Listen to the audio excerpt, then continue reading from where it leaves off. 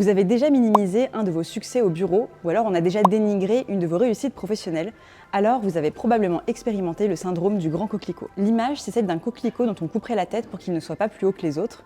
Qu'on leur coupe la tête! L'idée, c'est donc de rentrer dans la norme et de ne surtout pas sortir du lot. Comment ça se manifeste? C'est le fait de se voir attaqué, critiqué ou rabaissé par les autres lorsqu'on réussit ou qu'on se distingue au travail. Ça peut passer par le fait de voir ses réussites minimisées ou dénigrées, de voir d'autres personnes s'attribuer le mérite de son travail, d'être exclu socialement ou alors de subir des micro-agressions et des remarques désobligeantes. Et ça peut même conduire à intérioriser une forme d'insécurité. On a peur de passer pour quelqu'un d'arrogant, du coup on va étouffer sa singularité, masquer ses compétences, etc. Et les femmes sont les plus touchées par ce syndrome, elles sont 87% en avoir été victimes selon une étude canadienne. C'est un phénomène qui a des conséquences individuelles, stress, isolement, baisse de confiance, épuisement, dépression, mais aussi collective. Ça réduit la productivité, ça incite au conservatisme et ça cultive une certaine forme de médiocrité qui rend tout le monde interchangeable. Mais alors, comment prévenir ce syndrome en entreprise?